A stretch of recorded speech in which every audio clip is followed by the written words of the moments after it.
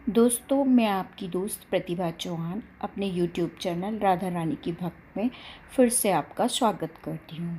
आज मैं आपको आंवला नवमी की कथा सुनाने जा रही हूँ। तो शुरू करते हैं आंवला नवमी की कथा।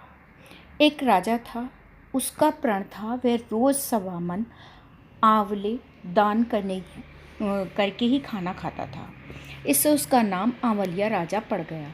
एक दिन उसके बेटे बहू ने सोचा कि राजा इतने सारे आंवले रोज दान करता है, इस प्रकार तो एक दिन सारा खजाना खाली हो जाएगा।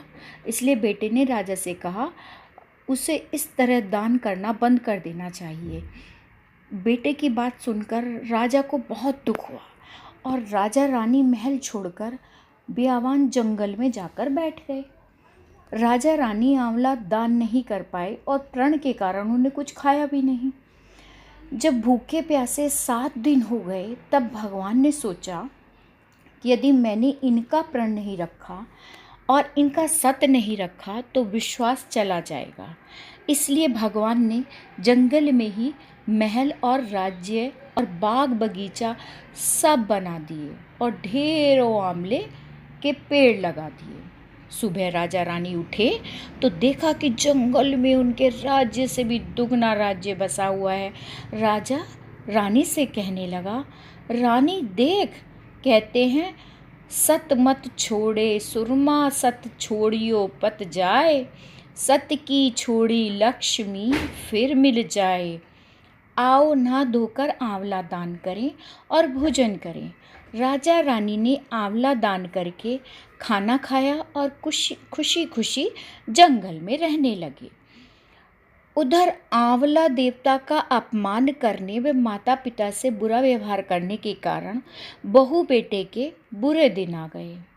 राज्य दुश्मन ने छीन लिया, दाने दाने को मोहताज हो गए और काम ढूंढते हुए अपने पिताजी के राज्य में आ पहुँचे।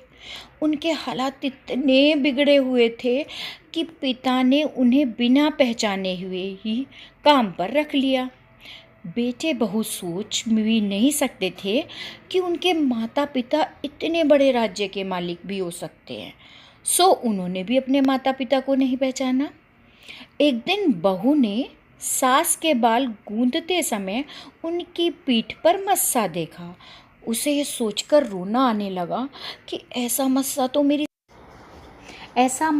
मेरी सास के भी था। हमने ये सोचकर उन्हें आंवले दान करने से रोका था कि हमारा धन नष्ट हो जाएगा। आज वे लोग जने कहाँ होंगे। ये सोचकर बहू को रोना आने लगा और आंसू टपक टपक कर सास की पीठ पर गिरने लगे। रानी ने तुरंत पलट कर देखा और पूछा, तू क्यों रो रही है? उसने बताया, आपकी पीठ पर जैसा मस्सा है ऐसा ही मेरी सास की पीठ पर भी था।